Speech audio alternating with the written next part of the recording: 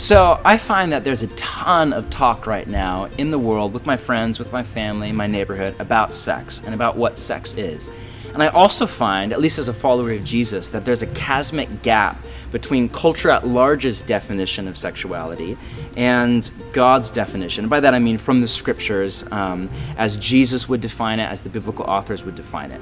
So basically, as I read it, culture at large defines sex as recreational play between two consenting adults.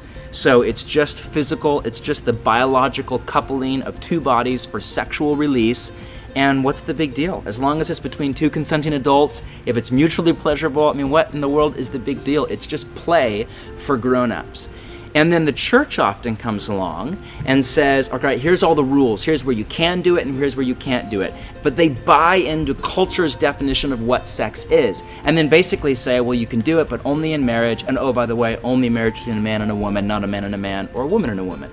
And to most of us, that's just nonsensical. If you're not a follower of Jesus, you hear that and you think, what kind of crazy, uneducated, traditional, outdated thing is that? That makes no sense.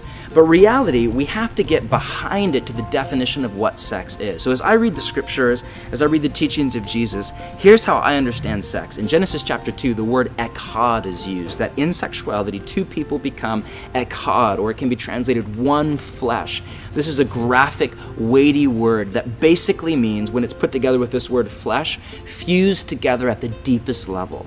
That in sex, a man and a woman come together and are fused together at the deepest level. It is the bonding of two people into one entity, body and soul, physical and spiritual, because there's no way to bifurcate the two. So it's actually a much higher view of sex than culture's. Culture basically says, hey, it's just play, it's just biological, what's the big deal? God says, whoa, whoa, whoa, no, it's way more than that. It's two people who become one entity and then over and over again enjoy and express love for one another through sexuality.